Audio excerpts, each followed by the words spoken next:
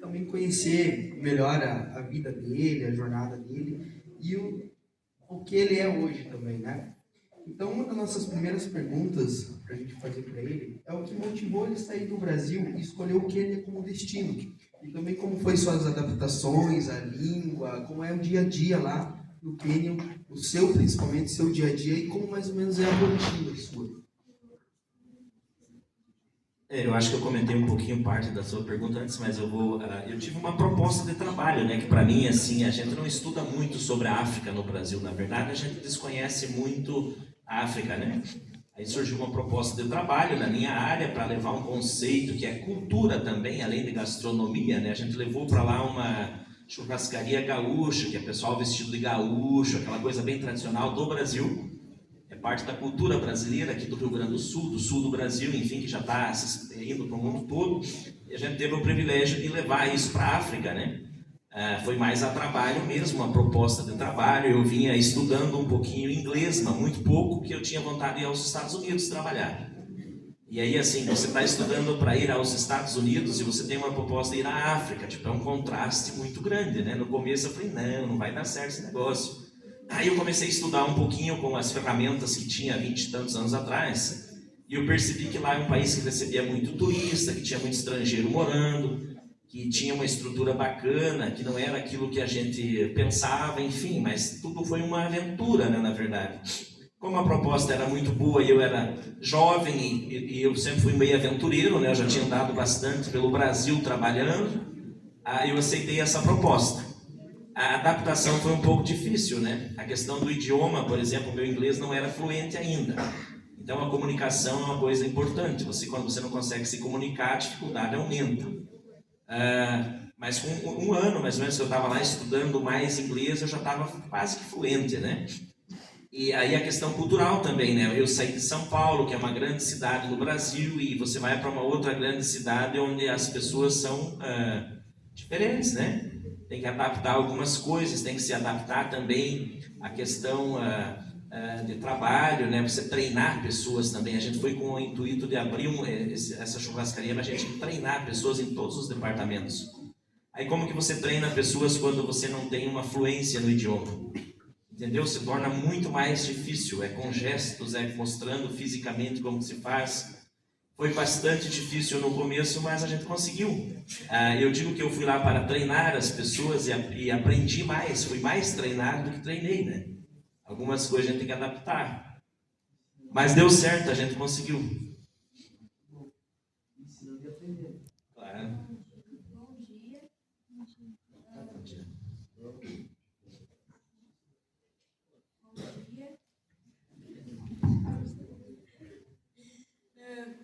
Como surgiu a ideia do seu negócio e foi necessário adaptar a cultura e aos hábitos ou não foi necessário?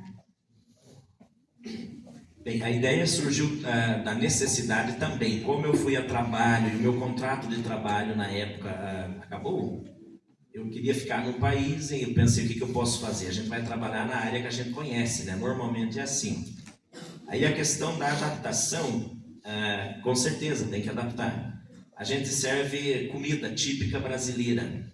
A gente tem um paladar um pouco diferente aqui no Brasil quanto à quantidade de sal na comida, quanto a temperos, quanto à quantidade de açúcar, por exemplo, né?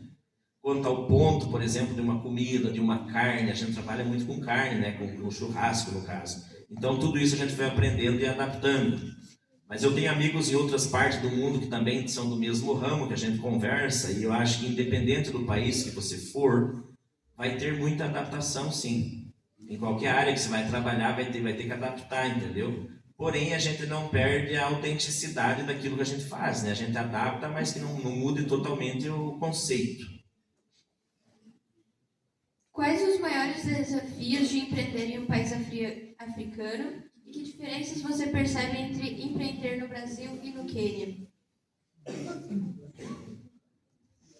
Olha, os desafios no continente africano é que a indústria lá não é tão desenvolvida, né?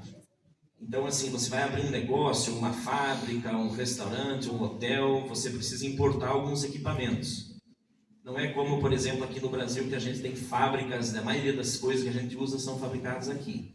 Aí, quando você precisa importar alguma coisa que venha de outro país, Tem tarifa de importação, o preço automaticamente do produto vai chegar lá mais caro que o país de origem. Você tem que ter todo um contato, procurar equipamento, identificar fornecedores. Às vezes alguma coisa de comida também é importada, então tem inconsistência nesse fornecimento de produtos, né? Tem que adaptar, às vezes falta algum produto no mercado.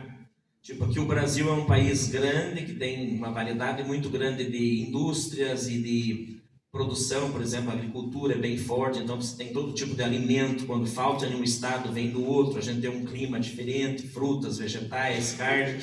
Isso num país um pouco menor, tem um pouco de dificuldade, né? Para você conseguir produtos, manter consistência no teu negócio, por exemplo, né? A própria manutenção de máquinas e equipamentos, quando você monta um negócio tem muitas máquinas e equipamentos, e se você importa essas máquinas em um país, quando elas quebram, por exemplo, precisa de peças de reparo, às vezes a mão de obra local não consegue fazer, então o custo fica caro, você precisa de repente levar um técnico, uma pessoa do outro país para lá, pagar hotel, pagar passagem aérea para fazer essa manutenção. Então o custo, a dificuldade, essa inconsistência é um pouco difícil. Comparado ao Brasil, eu acho que é uma das maiores dificuldades que a gente tem. A gente conseguiu perceber algumas coisas em relação às fotos, mas eu queria te perguntar também se você conseguiria descrever um pouco melhor a cultura queniana para nós. Bem, a cultura queniana, o Quênia é um país que tem 40 e poucos diferentes grupos étnicos, né? A gente fala de tribos, né? Mas não é aquela tribo selvagem, né? As pessoas estão na cidade morando. Então, para você descrever a cultura queniana, você precisa ir em cada tribo, né? São 40 e poucas tribos, com idiomas diferentes, com música diferente, com comida diferente, então é uma variedade gigante. E isso é o que torna o país assim atrativo ao turista. As pessoas querem ver essa diversidade, né? Tanto na gastronomia, na cultura, na arte, por exemplo, na escultura, na pintura, nos artefatos feitos à mão. Tudo isso é cultura queniana, né? É uma diversidade gigante dentro de um país, em termos de território, o Quênia é do tamanho do estado de Minas Gerais. Então não é tão grande, né?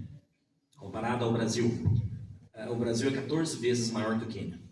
Aí você tem 42 tribos diferentes dentro desse país, eles convivem pacificamente, mas cada um tem a sua expressão cultural, de arte, de gastronomia, de comida. É uma mistura muito grande. E muito diferente daquilo que a gente está acostumado a ver no Brasil, por exemplo. Existe alguma forma, ou como os quenianos trabalham, que você considera um exemplo positivo e gostaria talvez de trazer isso para o Brasil? Eu acho que devido às dificuldades que o povo enfrenta às vezes nas áreas rurais, a falta de infraestrutura, de eletricidade muitas vezes, e de ruas e de estradas, a capacidade que eles têm, por exemplo, de se adaptar é muito grande. Eles têm uma capacidade muito grande de se adaptar, uma facilidade muito grande de executar funções que você delega, mesmo no extremo. Por exemplo, estou falando do meu ramo, né? A gente trabalha com construção, por exemplo. Se você falar assim para o construtor, o pedreiro, o carpinteiro, para ele trabalhar à noite, ele vai trabalhar à noite. Se você quiser que ele trabalhe no final de semana, ele vai trabalhar no final de semana. Trabalhar no pesado, eles conseguem trabalhar mais no pesado, trabalhar braçal, eles conseguem trabalhar, faltou eletricidade, vamos parar de trabalhar? Não, vamos ver o que a gente pode fazer. Não tem água, a torneira não está trazendo água, o motor não está mandando água, por exemplo, na caixa, vamos pegar com balde, vamos jogar. O pessoal se adapta muito fácil. A gente aqui no Brasil, a gente para, espera arrumar, chama alguém, não vou fazer nada, vou ficar parado. Eles não param. Tá com um pouco de fumaça, a máquina não está puxando a fumaça para fora, vamos ver o que a gente faz, abre uma janela, vamos continuar trabalhando.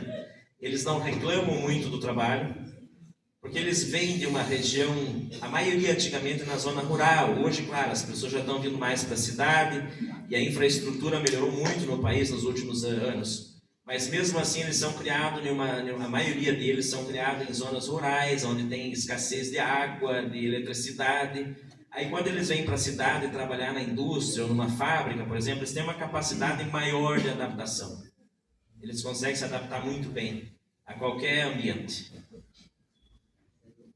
Na sua visão, quais oportunidades existem para brasileiros que querem trabalhar ou empreender na África? Que setores têm mais potencial de crescimento no Quênia? Eu acho que aonde tem mais possibilidade e potencial é a agricultura. Hoje o grande desafio do continente africano e do mundo também é a questão alimentar, né?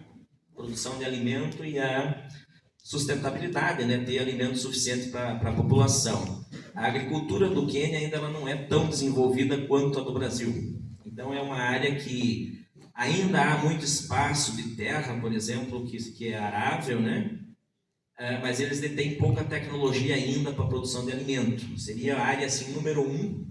Eu acho que, no geral, na maioria dos países africanos, a agricultura seria a área que, como o Brasil é um país que tem um conhecimento muito bom, uma capacidade muito boa na produção de alimento, né, um dos maiores produtores e exportadores de alimentos do mundo, seria a agricultura, número 1, né? E depois a indústria, ainda falta indústria lá, por exemplo, máquinas, maquinários, produção, fábricas, ainda falta muito. E turismo.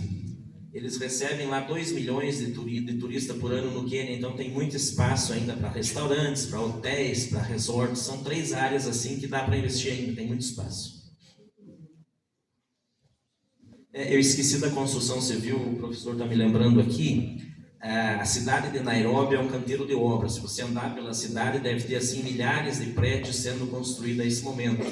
Então tem muito espaço, que é uma área que também a gente atua.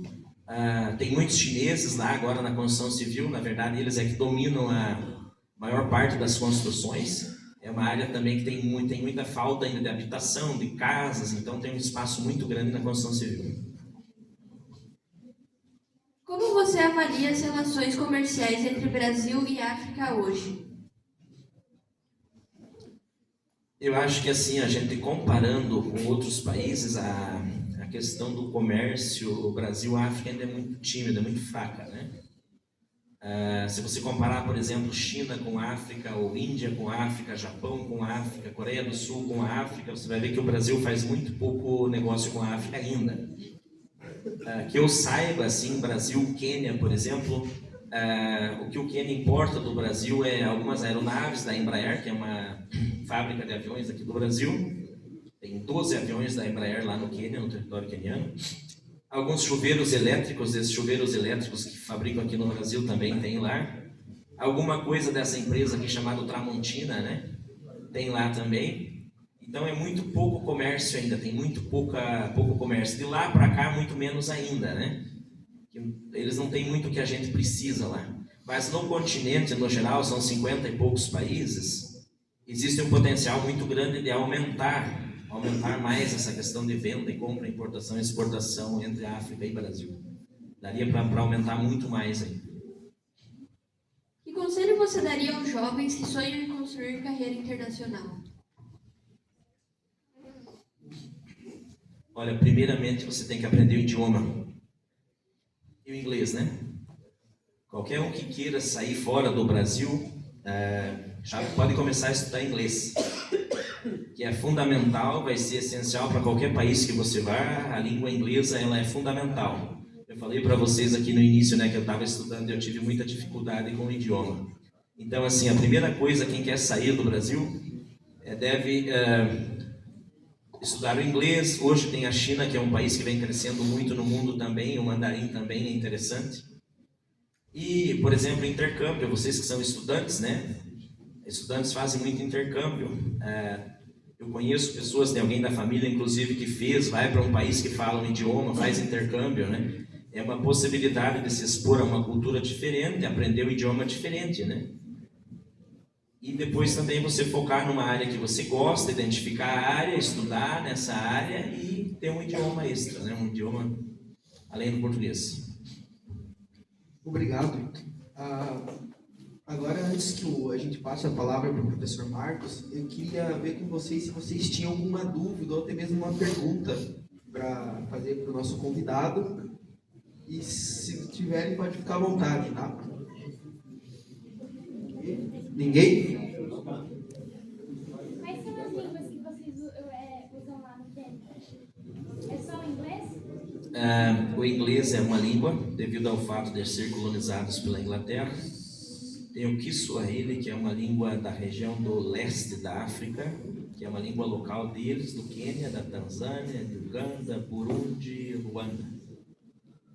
Que é uma língua deles local, ela tem uma mistura de árabe, algumas palavras do português dentro, muito pouco, e é a língua deles lá. Então, todo o queniano, ele fala 3 idiomas.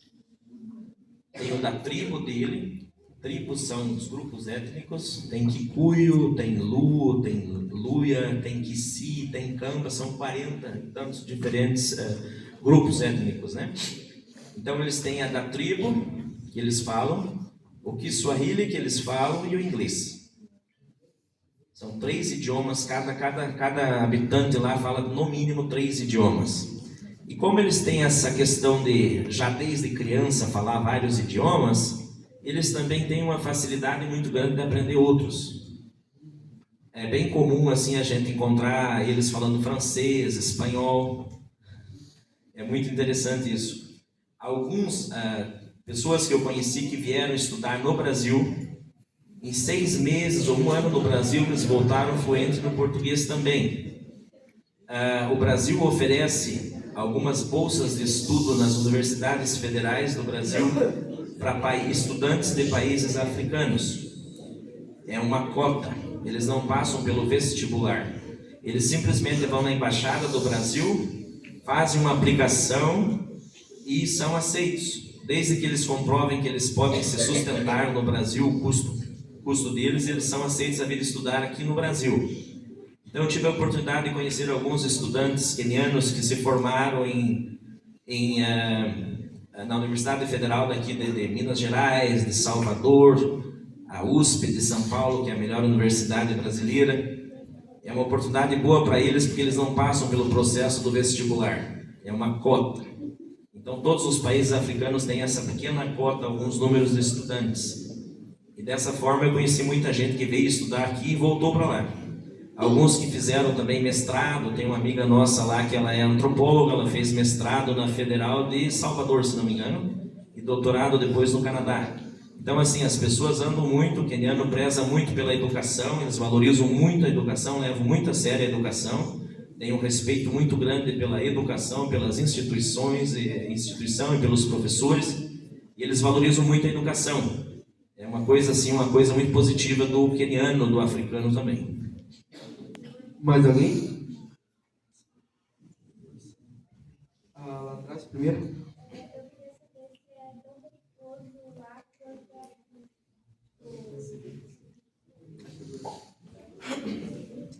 Olha, a questão da segurança no Quênia é muito mais seguro que no Brasil.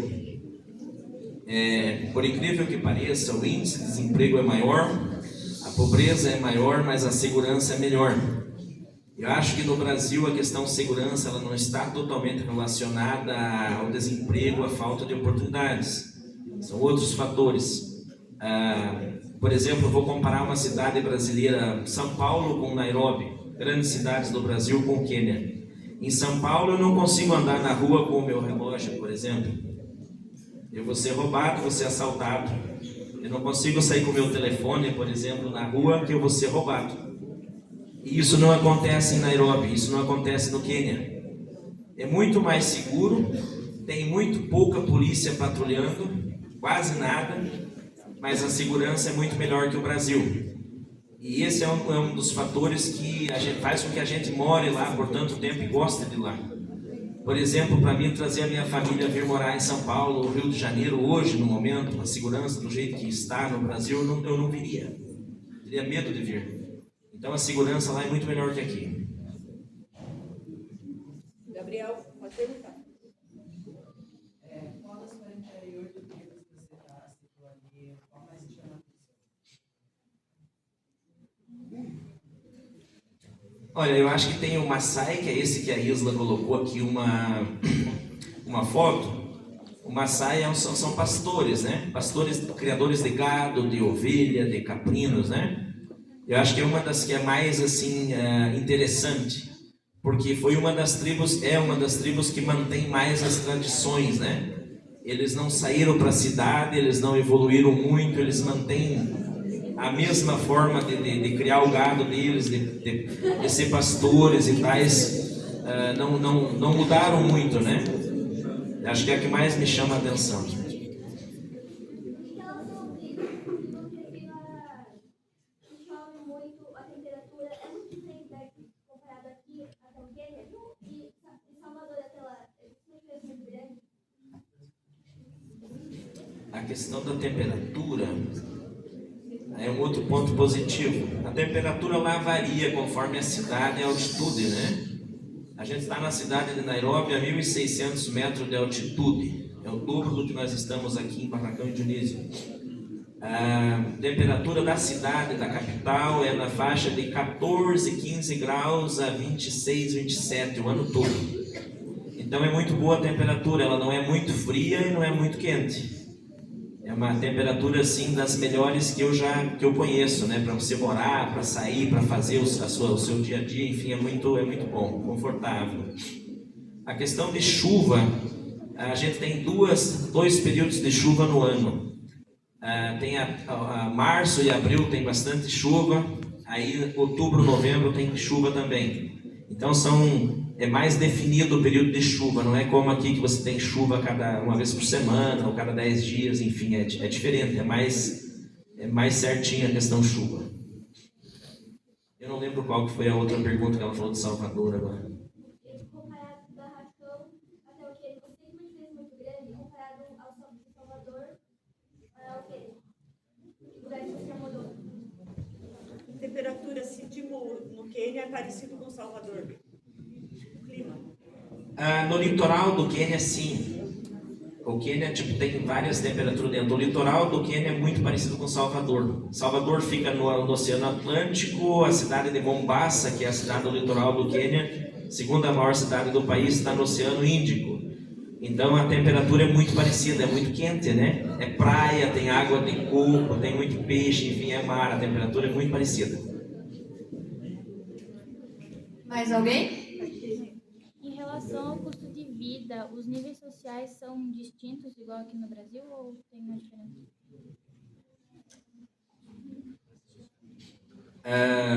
Custo de vida é mais alto. As coisas são um pouco mais caras que aqui, desde comida, roupa, é mais caro que o Brasil, talvez 30%, 40% mais caro. O quilo de arroz, o quilo de carne, o queijo, o iogurte, o leite é mais caro que aqui. Como eu falei antes, a agricultura não é tão desenvolvida quanto a nossa aqui no Brasil, produção de alimentos. A indústria também não. Aí você precisa de uma roupa, de uma calça, de um cinto, de uma bolsa, isso passa pela indústria também, né? Então é mais caro. A questão classe social é um pouco mais definida. Pessoas extremamente ricas, uma minoria muito rico e uma maioria muito pobre. Então tem os dois extremos. Porém, nos últimos anos tem uma classe média, que a gente chama, né? Que vem surgindo e vem aumentando. As pessoas vêm melhorando de nível de vida, que é uma coisa boa, positiva para o país. Tinha mais aqui também, as meninas aqui. Minha colega que gostaria de saber das comidas típicas de lá. Comida típica. A comida típica lá no dia a dia deles é uma polenta feita de milho branco, que eles chamam de ugali. É tipo a nossa polenta aqui, porém é feita com milho branco. Ela é cozida, né? Feita uma polenta aqui. Aí normalmente eles comem isso com couve. O couve lá é muito consumido. Essa mistura da polenta com couve, e aí fazem alguma carne ao molho. Pode ser uma carne de boi, pode ser frango ao molho, couve e essa polenta do milho branco. Essa é a comida típica do país. Tem outras também. A cada tribo tem alguns tipos de comida, mas essa é assim a número 1. Como que é o sistema político? O sistema político é parecido com aqui, é o presidencialismo. É um país democrático, tem eleições para presidente a cada 5 anos, o termo é 5 anos. E as cidades têm o prefeito, né, o governador, que eles falam, seria o prefeito daqui. Tem como se fosse vereador também, uma função lá. E tem os deputados e senadores. De 5 em 5 anos há eleições e voto como aqui também.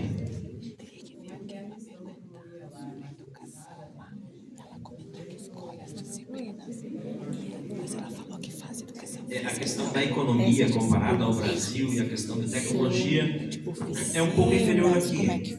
É um país mais jovem também, é um país que tem 60 anos de independência, então tem muitas coisas que ainda estão sendo construídas.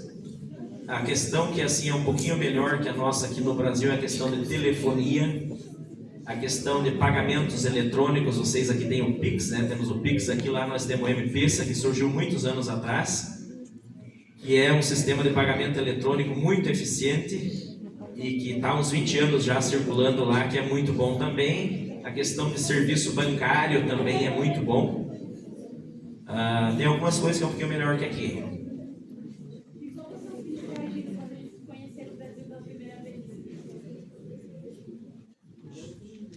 Eu tinha 2 anos, primeira vez que eu acho que eu tinha 2 anos, né? Então, assim, eu não lembro muito, mas a gente vem cada poucos anos, 3, 4 anos, e pra mim é bem diferente. Também eu vou bastante pra Bahia e eu vou pra Paraná, né? Eu venho pra Paraná. Então, também, entre Bahia e Paraná também é uma cultura bem diferente. Mas eu gosto do Brasil, eu gosto da comida brasileira bastante, eu gosto do povo brasileiro, eu acho vocês muito amigável, bem aberto, bem legal. Eu gosto da música brasileira, eu gosto muito do Brasil, eu acho a cultura brasileira é muito legal, o país em si é lindo, né, tipo, tem tanta coisa pra fazer. E, pra mim eu acho que é bom, eu aproveito muito o Brasil, não foi um choque tão grande assim pra mim, que lá em casa, tipo, a gente falava em português, tinha comida brasileira, meu pai e a minha mãe faziam comida brasileira, a gente escutava música brasileira, o pai gosta de música gaúcho, eu não gosto tanto, mas tinha música gaúcha, tinha o sertanejo, tinha o pagode, tinha tudo lá em casa, então a gente, sabe, a gente meio que crescemos também num ambiente um pouco brasileiro, só que fora do Brasil, mas eu gosto bastante, bem legal. A pergunta que não quer calar.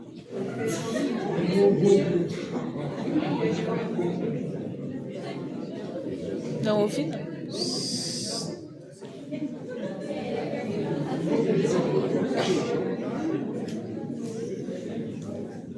É pra mim, a pergunta é pra Isla. Adoro feijão, eu como todo dia, feijão é muito.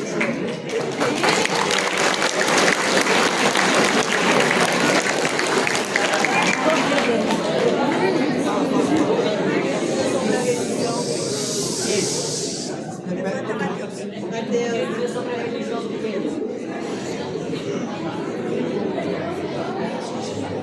O que você podia dizer sobre a religião do Quênia? Religião.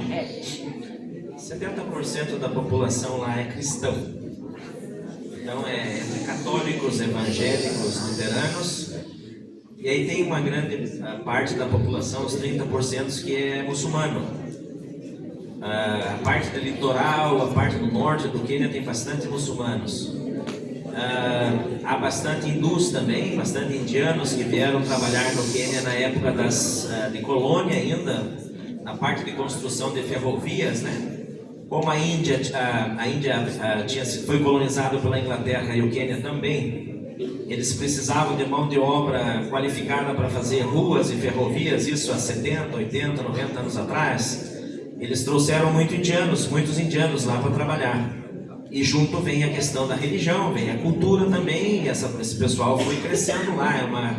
Tem muitos indianos lá e tem muitos muçulmanos também, a parte do litoral, a parte do norte do país. O Quênia teve uma pequena passagem pelos portugueses lá na rota indo para a Índia. Tem um forte lá no oceano, lá na parte do litoral, que é o Forte de Jesus, que foi criado pelos portugueses, que era uma parte onde eles tinham um exército português lá. E daí, anos depois, os árabes invadiram e, enfim, entraram num conflito com os portugueses e tomaram o Forte de Jesus, que é um ponto turístico no litoral lá. Então, essa parte da religião, né? Por isso que tem muitos muçulmanos. Os árabes vieram há muito tempo atrás.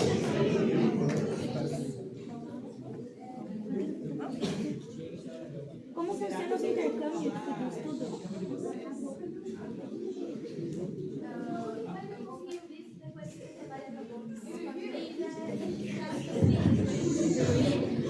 Será que a Isla não poderia falar uma frase do idioma queniano e traduzir para o português?